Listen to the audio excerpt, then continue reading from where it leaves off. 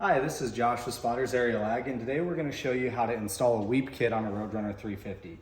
So on the first 40 Roadrunner 350s that went out this year, they got installed without weep kits.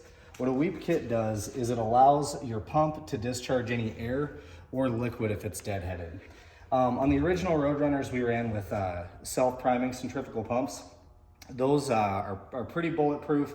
They're really hard to hurt, and it's really easy for them to dispel air. A straight suck centrifugal is really good for units like the Roadrunner that don't want to put a 3 or 4 horse motor on it to be able to push a lot of volume, but still be able to get a lot of volume to your drone. With us running big drone, 20, 25 gallon tanks, we need to be able to fill them fast. So this is why we upgraded to the straight centrifugals. The problem with the straight centrifugal, like I said, is they're very susceptible to partial airlock, or are very susceptible to deadheading. So deadheading is when you shut off agitation and your drone fill is shut off, and there's no way for the drone to dispel the product inside of the case. That creates overheating inside of the case and can blow your rear main seal out. So what you'll get inside of your kit is 12 feet of hose. You'll get two 3/4 by 1/4 inch fittings to go on the top of your tank, and one 3/8 by 1/4 fitting to go straight into your pump. You'll get 3 small hose clamps, and then one more piece of hose. For the tools to install this, you're gonna need an 11/16 deep well socket, a 5/16 hex bit, and then a set of channel locks, an impact, and a 1/4 inch bit. So to get started, we're gonna go ahead and we're just gonna put thread tape on all of our fittings. A 1.5 wrap is really good for small fittings and poly fittings. We're gonna get all those done up and ready to put in at the same time.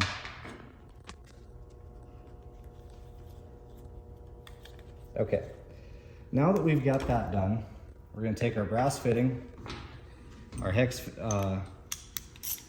socket, and our ratchet, and we're going to come over to the pump.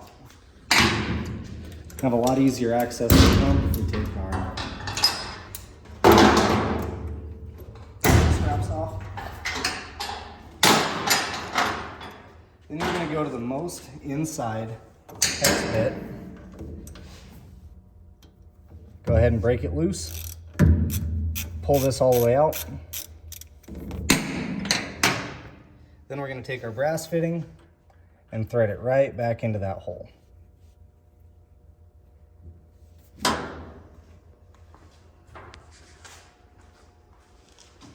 We'll grab our 11/16.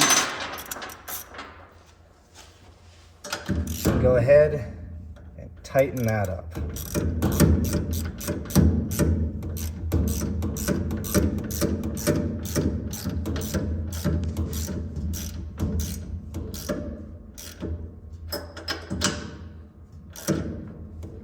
All right, once that piece is on, we're gonna go over to the top of the tank.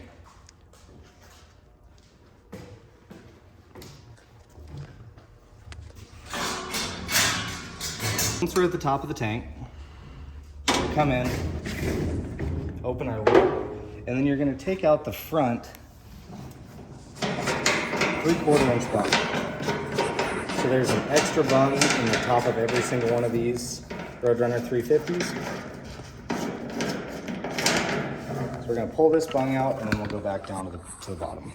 So once we're back down here, we're gonna take our set of channel locks, bust this plug out of the top,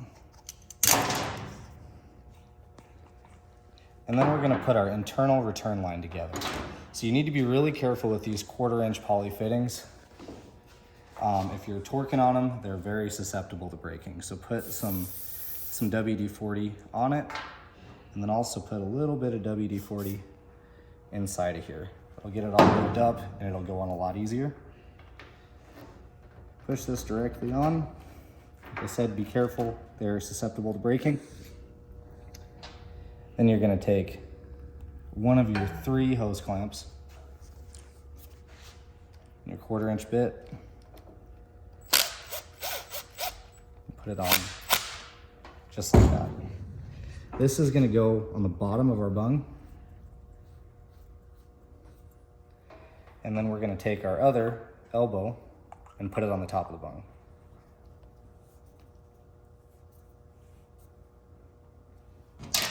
We'll get both of those tight.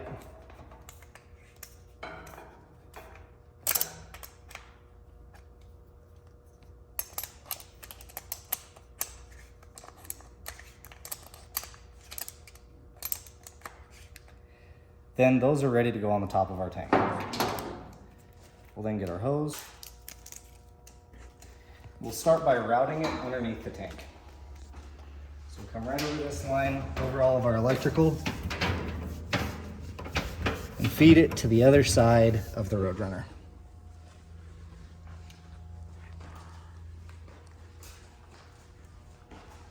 Come to this side, pull it out around these, behind everything and up here. Then we're ready to go to the top. We're gonna have our 12-foot string of hose routed around and over the top of the tank. Just lay that to the side. And you're gonna take your return line and the bottom of your 3/4" bung. You're gonna stick it in behind the baffle and then through this hole. You'll then take the top of your bung, remember their reverse thread, so it's lefty-tighty instead of righty-tighty. Take your WD-40, spray the inside of here, and then spray down your fitting. Put your hose clamp on.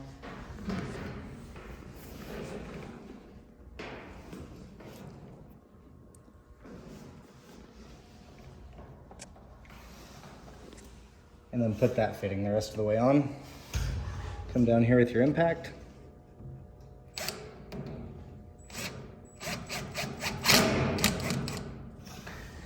And get it tight.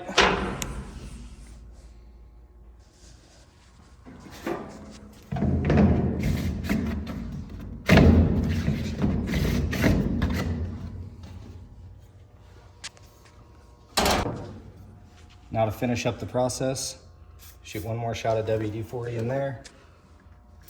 Just a little on that brass fitting. Make sure you put your hose clamp on first. Just slide that right on there.